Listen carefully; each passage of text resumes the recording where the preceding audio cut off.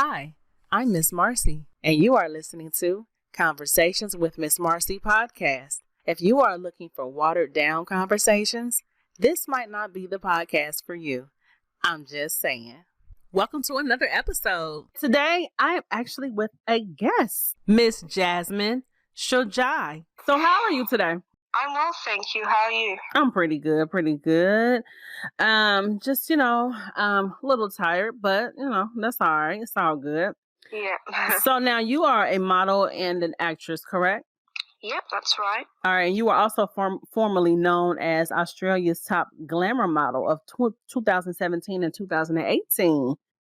Yeah, so I won that competition twice in a row. I think it was really nice of the director of the whole thing. And, they gave me the opportunity to have that title twice. And, to have that in itself is such an honor. So it's one of my biggest achievements, definitely. Yeah, I can imagine. That is something to be proud of. So now, Australia, is that where you're from? Yeah, so I was born and raised there. Okay. How is life living in Australia? Well, it's a really hot country, I would say, or on the hottest side anyway. It can get really cold, but it only snows like in certain locations. It's not like, and even right now, it's pretty. I think it's close to 30 degrees right now. It's only 7 a.m. in the morning. So right now it's summer. And no, it's a really nice place here. We have a lot of beaches.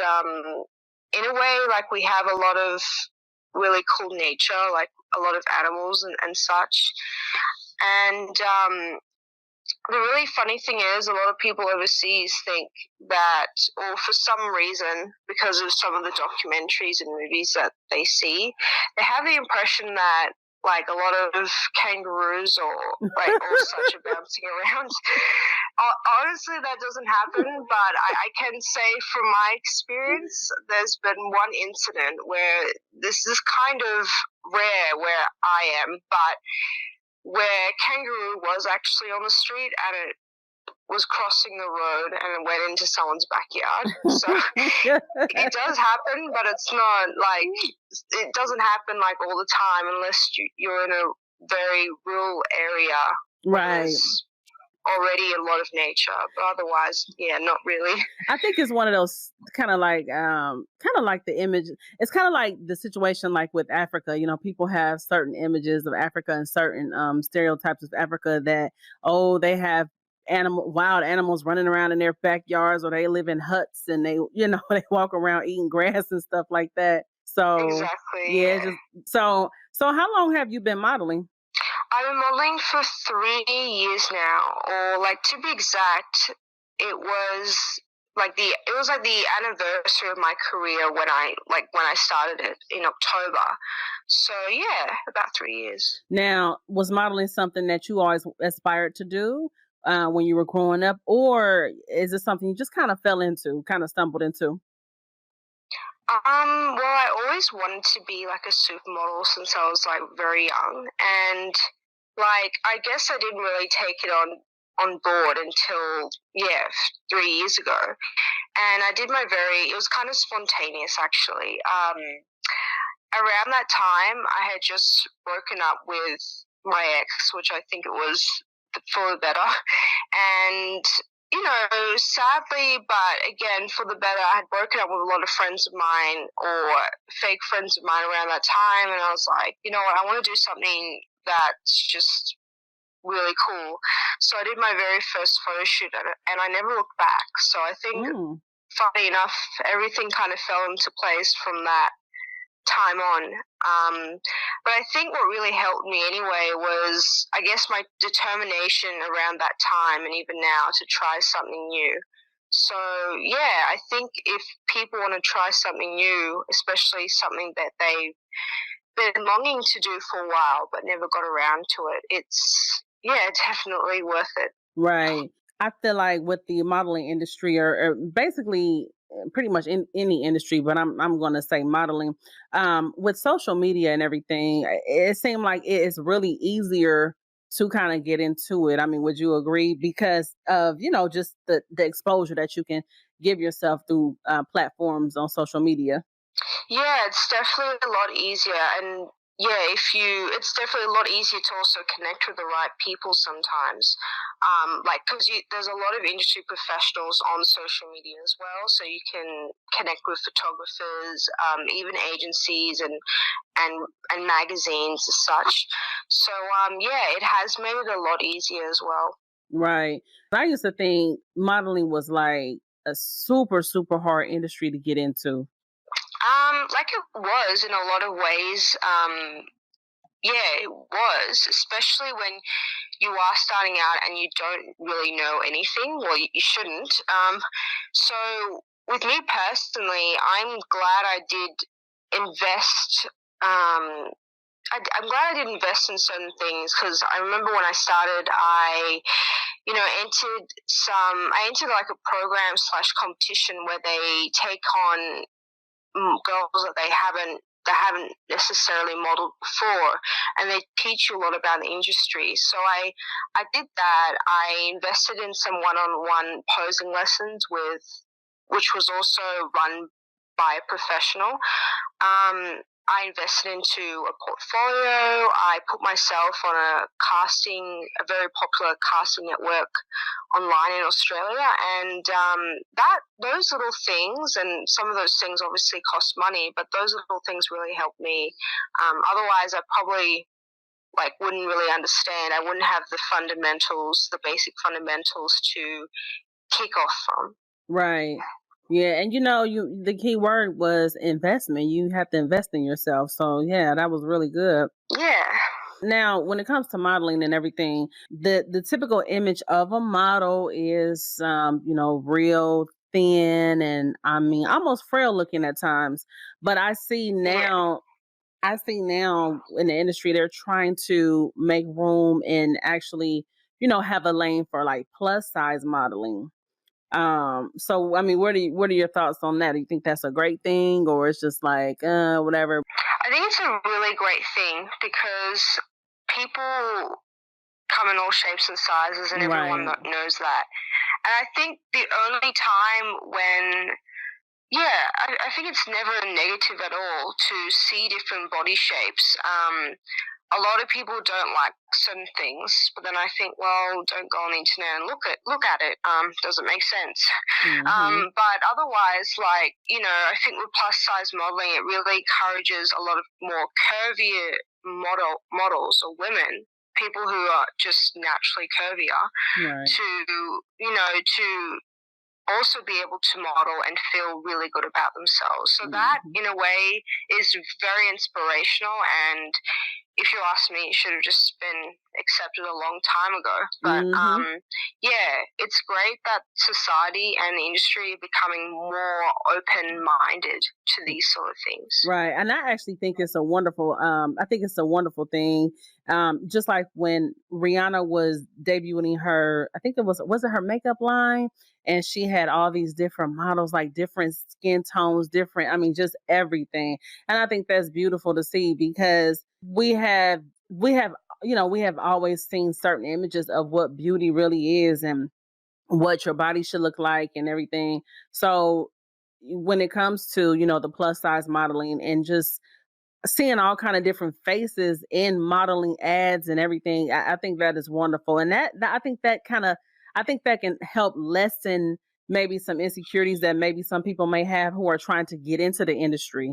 Yeah, I totally agree. They're definitely starting to be more diverse everywhere you Right. go. And I think that's a really good thing because, yeah, like I said, people come in all shapes and sizes. They come in all different skin tones, and it really, it only makes sense to incorporate different people in different, campaigns, or in Rihanna's case, a beauty campaign. It's just common sense in a way because Hmm. everyone is different. So to advertise that is just, in a way, a normal thing to do. But yeah, I have to say, going back many years ago, even before I was starting modeling, even when I was a child, possibly, they I think the industry was just more narrow-minded, that they only thought, certain things should be out there, or certain types of models should be in these advertisements. But yeah, like, I think of it as just really narrow-minded thinking, and yeah, people are just more open these days. Right, and like you said earlier, I think it should have been this way. Yeah, yeah. So now, speaking of modeling, so you also were featured in some Playboy magazines, correct? Yep. Now, how was that experience? Because when I think of Playboy, I used to think of Playboy and I just thought straight nudity, just butt nakedness. But is there a difference between Playboy and just porn? Oh yeah, that's like a huge difference, and I think a lot of people wouldn't know this because they're in the industry. So they're not in the industry. Sorry. Well, for starters, Playboy has sort of changed over the time. So from what someone told me, they said back in the day. So I may not even been born at this stage, but they were very explicit, as in it was technically pornographic to a certain extent, where they'd have very explicit photos, and in some cases in the magazine it would even be zoomed in certain parts. So I can understand, at least from the way they described it to me, how pornographic the magazine actually was. Nowadays, and I know that the original Playboy in the USA has definitely changed a lot. Nowadays, at least with the editions that I've been in, they've featured like nudity, but it's more like art nude. So the models are obviously naked, but you don't really see anything much more than that, if that makes sense. It doesn't go further. Right. And then you have bikini models, like, and lingerie models, or you have a lot of different types of elements in the Playboy editions that I have been in, and I think that's really good. And then for models who want to go all the way to more explicit content, they have a thing called Playboy Plus, which is mainly online, from what I've seen and what I've been told. And if you model for that, then you get to do more explicit things. And so it's really interesting. They've just categorized things a little bit differently. And with the whole bikini modeling, lingerie models, or etc. So basically, as a model, you can choose what you really want to do. And if you want to pose in lingerie, you can. If you want to pose nude, you can. And each international edition will probably have their own guidelines. The everyday person wouldn't necessarily know that, and I wouldn't be surprised either, because before I started modeling, I didn't know that either.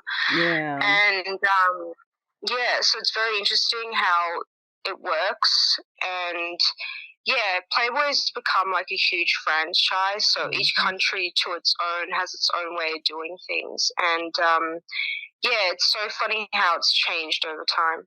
Yeah, because I know when I was younger, like when I was a kid, I remember just when you heard the word Playboy, you just thought straight, nakedness. And back then, it was that way, like you said. I mean, you see chicks busting it open, just straight cock shots and everything.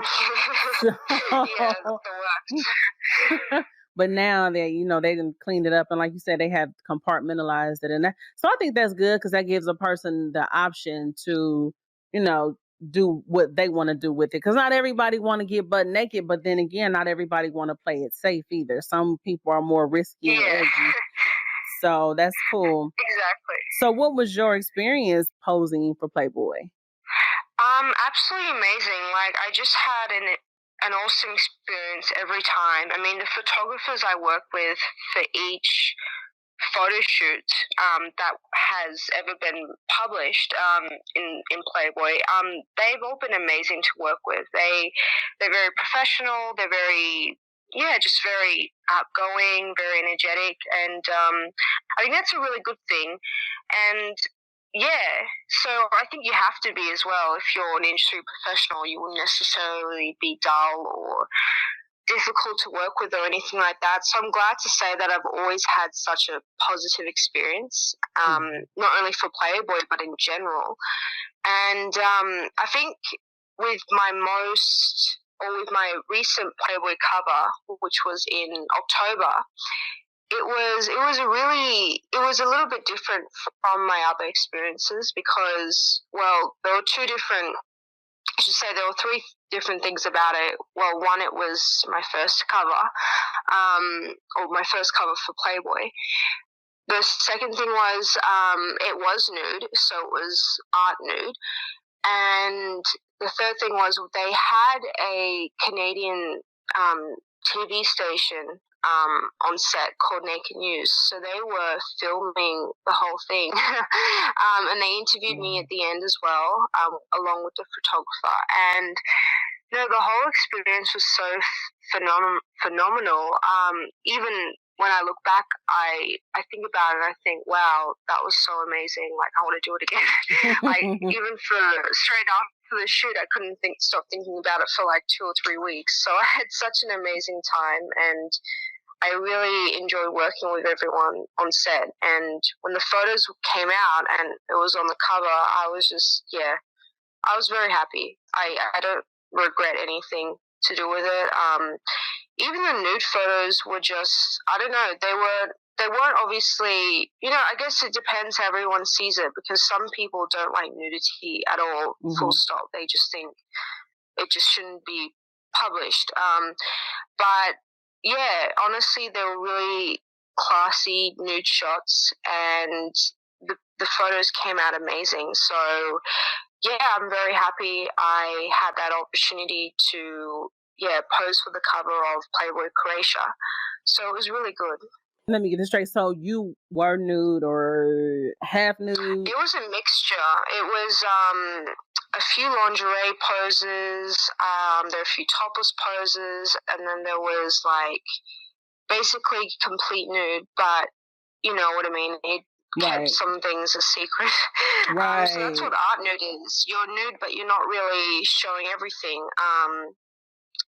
The term that they use in the glamour model industry is art nude and open leg. So the whole difference between the two is, if you're doing art nude, you are nude, but besides the fact that you're naked and is clear about that, they're not showing anything else.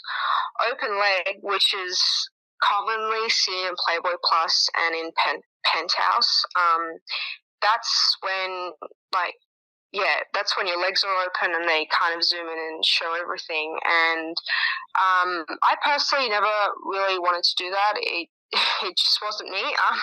But I'm not against glamour models who choose to go that step. In America, from what I was told from a Playboy photographer, he said they're commonly known as like extreme adult models or penthouse models, because those the penthouse models commonly do that. So it's very interesting how the terms explain it. But basically, if people were to use their imagination, it makes sense. Right. But my experience was very positive, and I don't look back and think, oh, that was bad or anything. I look back and I'm just so amazed at what I did. It was a really positive experience. Well, that's good. That's real good. So what are some tips on becoming a successful model that you can give our listeners out there? So I think there's definitely a lot I can give advice about, and I think it all comes down to you as an individual, with your persistence or determination on when it comes to how well you're going to do. So, if you put in very little effort, you're probably going to get very little out of it. If you're going to put a lot of effort into yourself and into your career, you're definitely going to get a lot out. And on top of that, be willing to learn and take on advice from industry professionals, and because especially when you're a beginner, they obviously know what they're doing, and they often have been in the industry a lot longer. Again, this more applies when you're a beginner, but even when you're not, I think the more open you are to learning, I could definitely say this about myself, the more you're going to gradually improve every time, no matter what stage you are. I could definitely say at 3 years, I don't think I know everything about modeling. I'd always be open to learn something because there's always room for improvement when it comes to anything. So definitely be willing to improve yourself and improve every little aspect of your career, because that's what will make you advance. Otherwise, you kind of will be in the same spot. Because it's funny how that works. It's kind of like one of those things, if someone thinks they're already too good, then they'll have that sort of attitude, and they won't really move anywhere from there, if that makes sense. Right. No, I definitely. Yeah, I think, and take care of yourself as well, I would say, because I think the more you look after yourself into your whole look, like your hair, your skin, which obviously makes sense, the better you are going to look appearance-wise as a model. Right. And then speaking of that, that actually ushered right into my next question. I was going to ask you, so when it comes to the appearance of models and everything, there's always been kind of like this thing where it's been said that models struggle with keeping their weight down, and some of them have eating disorders, and like it's just this obsession with being really thin. Do you think that that is something that is prevalent? I mean, is that true? I think that's really true when it comes to, when it comes to certain models, because I know that if you are doing high-end fashion modeling and like runways, you are required to be very thin and be a size 8, because quite often they'll only have those clothes available to walk in, even for just fashion photo shoots. And I guess there's nothing wrong with being a size 8, but there's a difference between not eating anything and being a size 8, or eating regularly and being healthy and still being a size 8. So I think like this wouldn't target at a specific group of people, but this would be more targeted at the individuals who do happen to do that, which unfortunately is still the case. I just know that they're trying to change the industry here to a more positive thing, like encouraging women or young girls to be happy with their bodies and to be healthy in their mind and in their and physically. And if for a lot of and if you're someone who's not, even if you weren't a model, if you're someone who's not eating correctly just to stay thin, then it can be a really bad thing. So I think people just have to be aware, or women just have to be aware to be just just to be healthy. And that same goes for women who are wanting to be a model. I think when you're a model, you definitely do have to be healthy and keep in shape. Like, you have to be regularly going to the gym, which is fine. But if you found that you were not eating for like 2 or 3 days straight sometimes, then there would be, I would imagine there would be a problem. I personally never thought at any stage, oh, I should not eat anything. If anything, I remember just going on a really good diet where I was only eating very healthy foods to help me achieve the body goals that I wanted to have. And by doing that, that really helped. Admittedly, I've been going to the gym a lot. There was one stage I was going up to 5 times a week, and like I wasn't at the gym for hours. I think each session was only 1 hour, so technically I was in the gym for only 5 hours a week, which for me worked very well. So, and I guess that's normal. So if you're basically eating very well and you're going to the gym and you're managing to stay slim from that, then that I would consider healthy, not coming from a health expert, but just coming from like common sense, basically. But if you're not eating for several days and you're not even drinking anything and just very extreme things, then I would definitely say for anyone that isn't healthy at all. Right. Let's take a quick break. Now, speaking of like image and everything, what are your thoughts and views on, cosmetic enhancements? Because that is like a very popular thing now. Yeah, it definitely is. My view on that is that you should only do something if you are 100% sure of doing it, and if it's going to help you personally as well. If you're going to do something like that just for the sake of someone else, or because of what someone said, or because of your career, then in a way it's not worth doing it. Because for a lot of people, and I wouldn't quite say for myself, because I can definitely see myself modeling and acting in the long run, but for a lot of people, they may not choose to do acting or anything like that for a long time.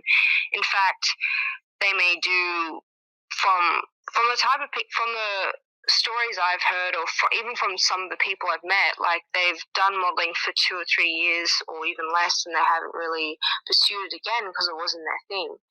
But so the last thing you'd want to do is do a cosmetic, especially if it was like a plastic surgery. The last thing you'd want to do is do a huge procedure only for your career, nothing else. So it has to be for yourself. So if you're happy having this done to your body to fulfill yourself, then I guess by all means think about doing it. I'm not sure what they teach in America, but I know in Australia it's funny because in Australia you have a lot of websites, and even a proper doctor will recommend, who to see. Like, you definitely don't want to, especially for plastic surgery, you don't want to seek someone who's underqualified to do the job, because that's where dangers can lie. And you definitely want to see the right surgeon. You definitely want to make sure the procedure itself is suitable for you, health-wise, and for, that it meets your aesthetic needs as well. I'm all for it, honestly, as long as it's done right. I personally haven't had plastic surgery, but I've had a lot of expensive skin treatments. I've had Botox, dermal fillers, and I've had hypnotic threads as well, which is it's like a bit of a facelift, but it isn't. So you don't really have to go to the knife. There's just very small incisions, like a fine needle that disappears within days, and it just creates a more nicer lift for your face. And honestly, it's a very slight cosmetic enhancement. It's very interesting. If people actually look it up, it makes more sense than when I just say it on here. But basically, I'm really glad that I'm got a really good professional cosmetic team that I go to, and they only do they believe in less is more as well. So, because a lot of people go overboard in that sort of thing, or in anything in cosmetics. But I think that usually happens when the cosmetic team is just has a very I guess it only happens when the cosmetic team doesn't really care about their clients, or it happens unless it happens in certain countries as well, because you hear stuff here in Australia of things going overboard in Asia and all those countries where they kind of don't have proper medical rules. So yeah, it's really funny, because at one stage I was considering breast implants, and I was doing my own research, and there was all sorts of things that not only about the procedure itself, but even the standards of plastic surgery. There was a lot of interesting things I found online.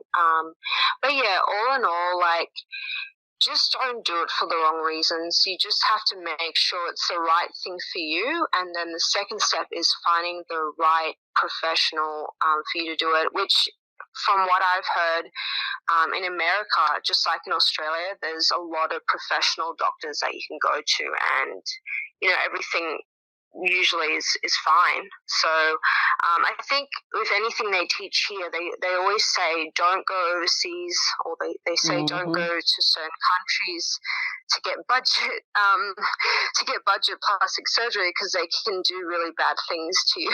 Yes. So that's what they teach here.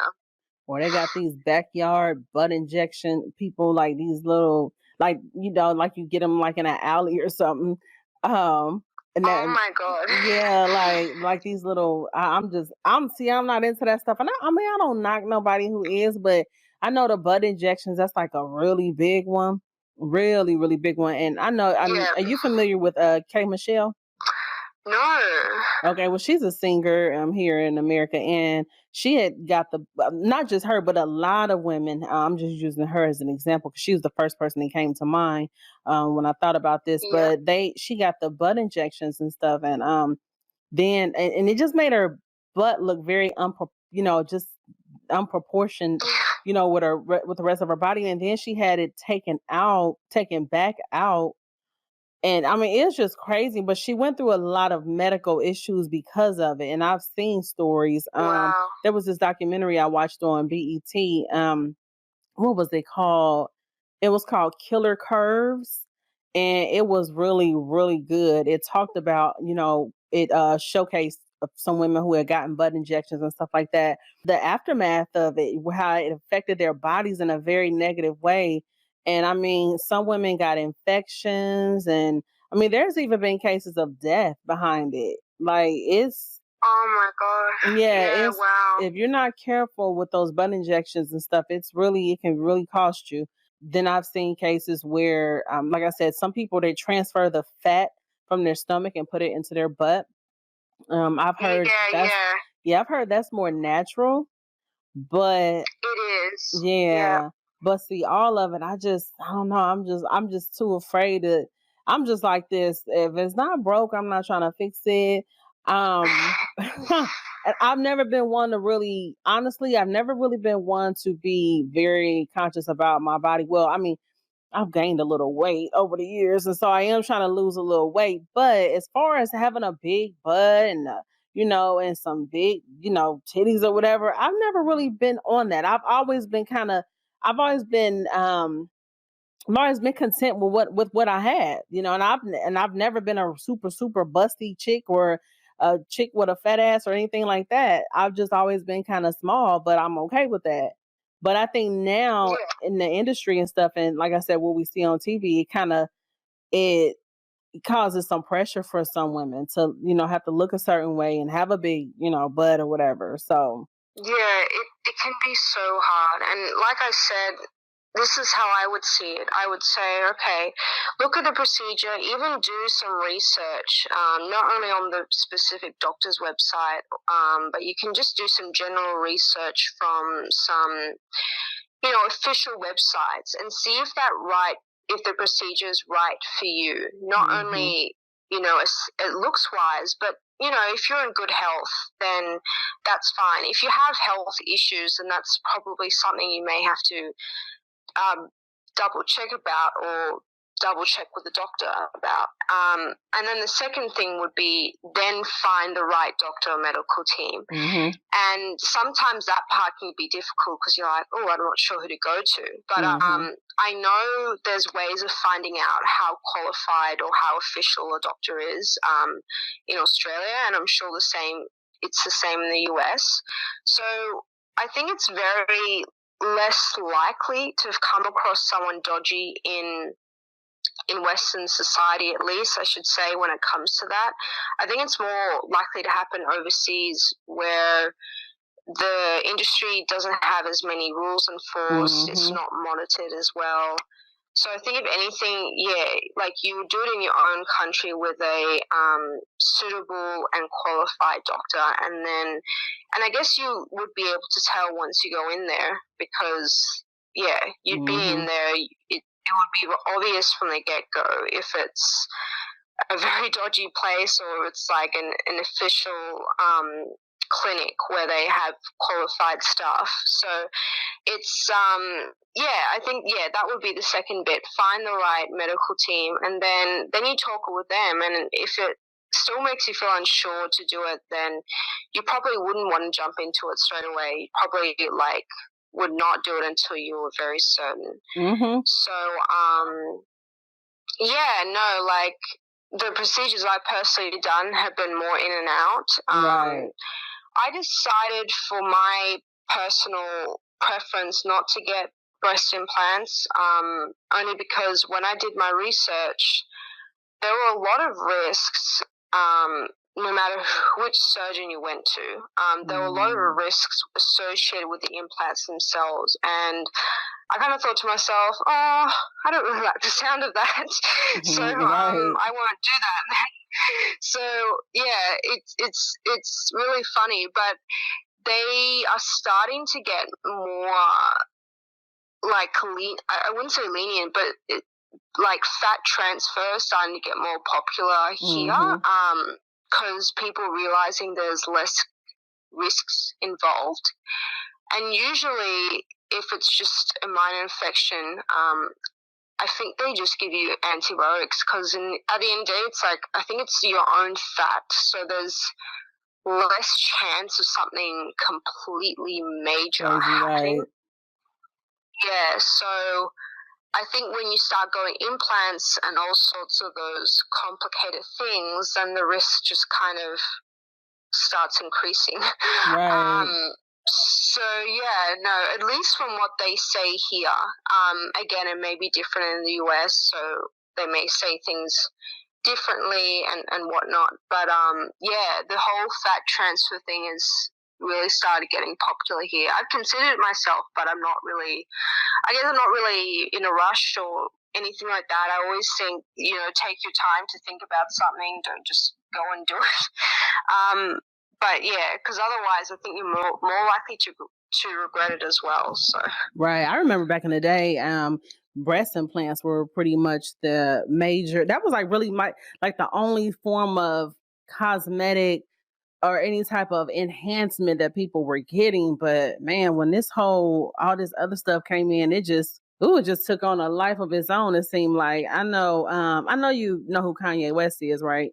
Yeah. The rapper, yeah. So his mom, she had some surgery done and she ended up dying. I forgot what she had done. Wow. She ended up passing away behind it. Well, yeah. Well, then if you see those cases again, and it's very unfortunate that Kanye's mom died from actually, doing a procedure.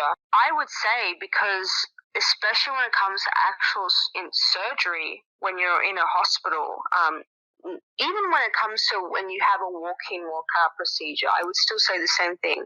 It is your health at the end of the day, so you shouldn't really put a price on it, and you shouldn't really be going to anyone who's not quite qualified for the job.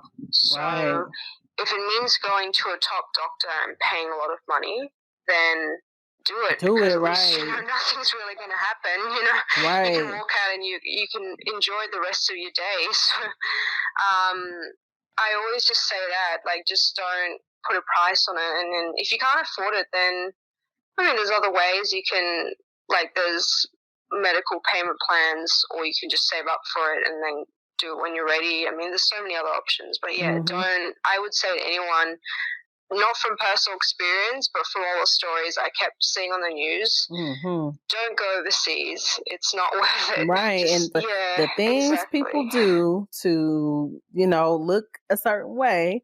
And again, people got to do what they're comfortable doing, but sometimes I just don't think it's worth it. Some of the after effects. Exactly. And that's how I personally felt about breast implants, because, again, just from my general research, I was like, I don't really like that. So I don't see why I should be pressured to do it just because a lot of models in the industry do it. I think you need to do something that you're comfortable with. That's all it comes down to. Yeah, because you have to. There was a problem here. Yeah. Go ahead, I'm sorry. I was just saying there was a problem here that a lot of girls or a lot of models would do these things to look better for their career, but I guess that isn't enough. You need to do it for you, because it's your body. So again, yeah, and that's where I was like, you know what, this doesn't really please me, so I'm not going to just do it because, you know, of that extra few jobs I may, not necessarily, but I may have gotten in modeling. But see, as you can tell from what I've told you in my career, and a lot of people have told me this as well, like, you've made it without implants, because there was a bit of I guess a bit of like an assumption. A lot of people thought that Playboy models had to have these gigantic breasts. And see, you know, I think when you get to a certain stage in your career and you achieve a lot, and you achieve, in my case, if you do it like without that certain thing, it's a huge achievement or it's a huge inspiration because, again, a lot of people had this assumption, a lot of women as well had this assumption that you had to look a certain way to become a Playboy model. So I'm glad I had been able to kind of prove that that's not the case. Yeah, so.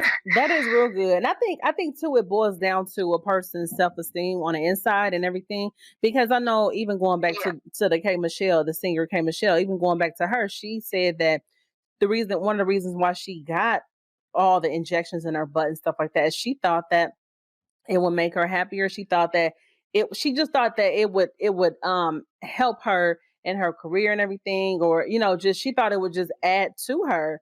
But it didn't. She said she saw that it didn't. And I mean, K Michelle, she was she was fine without all that. Like, she has had a nice body. She's a pretty girl. She was fine without all of that. Man, she got that stuff in her. Oh my gosh, it just did not look right.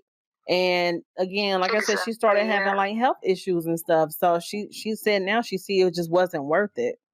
Yeah, exactly. And I think again, and these are just things I've heard, because there's a lot of, I'm sure, like over there's a lot of stories here as well.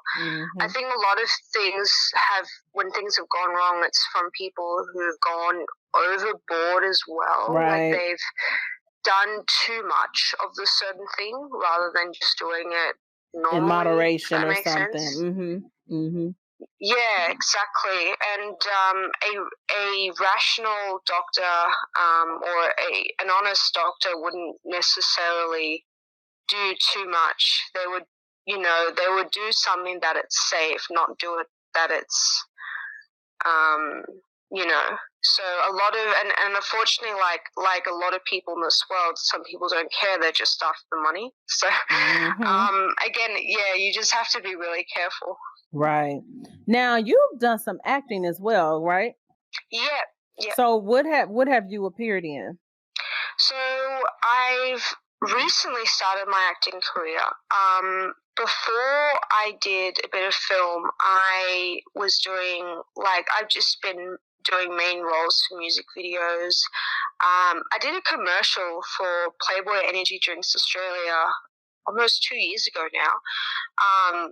So that was interesting. So these are obviously, I suppose you could call them small roles. And my first supporting role in a film, in an independently produced film, was actually in Seattle in USA. So that was earlier I should say now it was last year.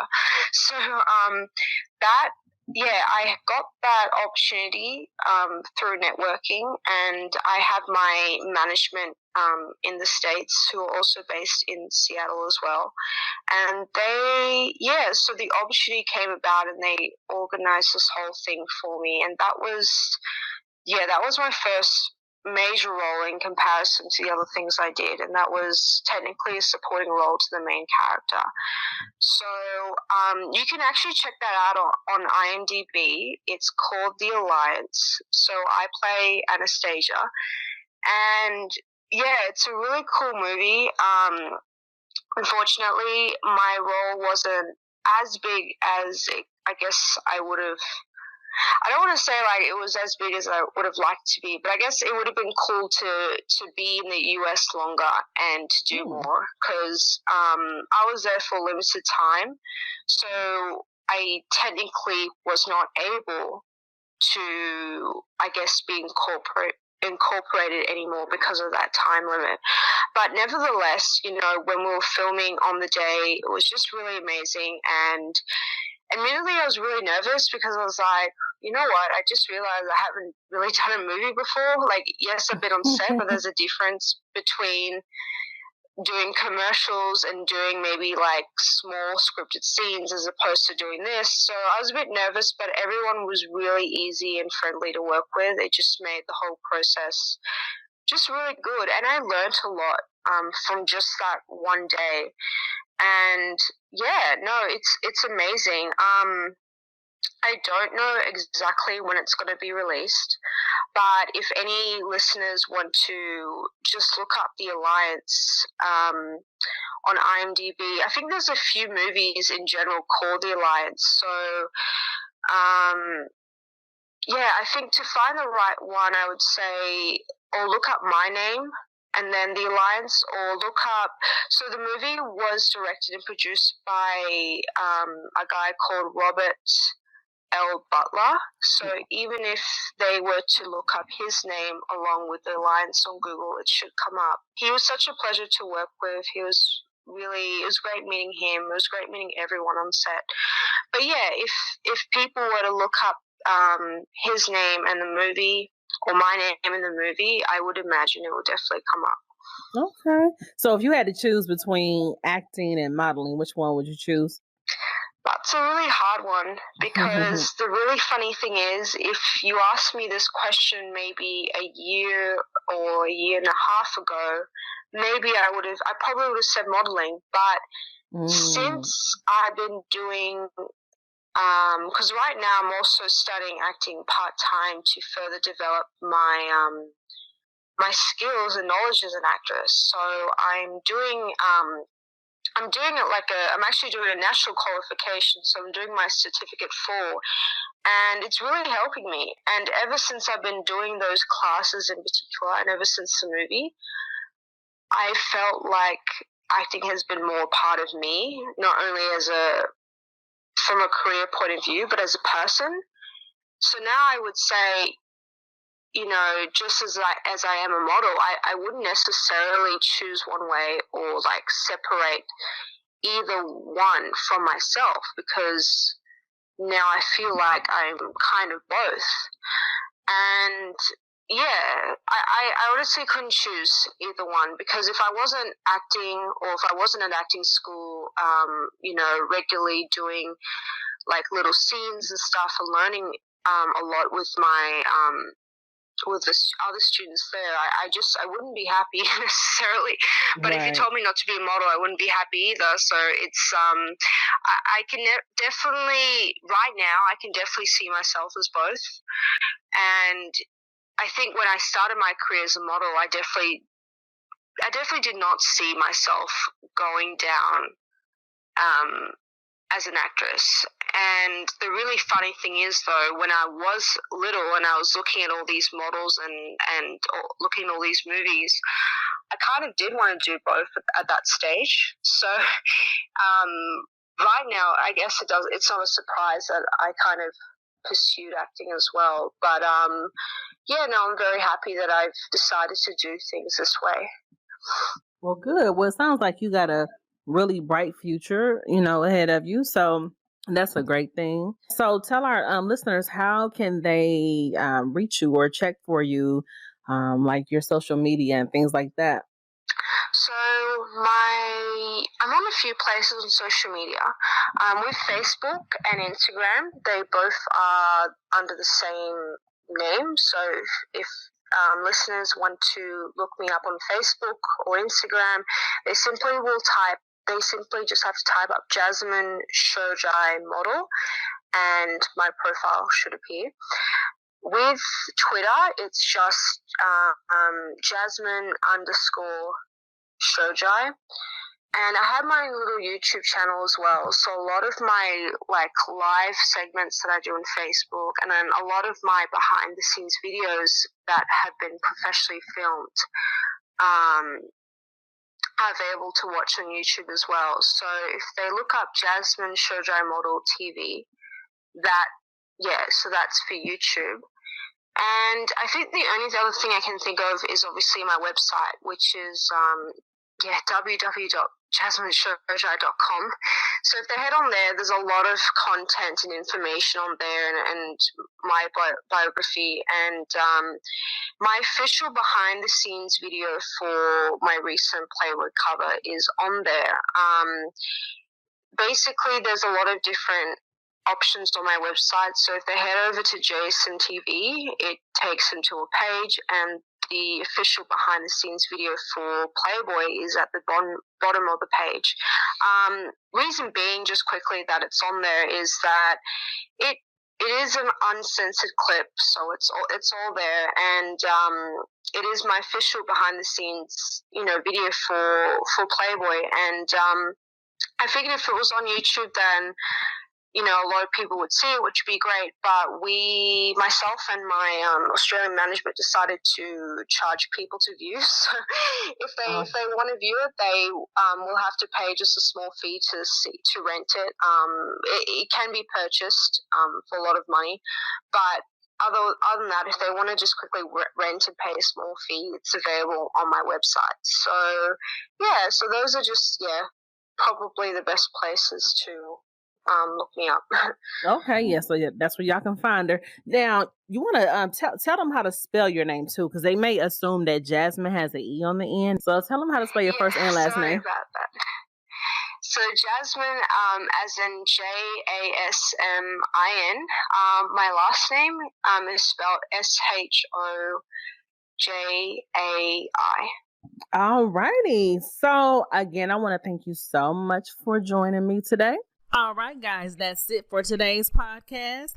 Thank you so much for tuning in. Be sure to like and subscribe and follow me on social media. All right, take care.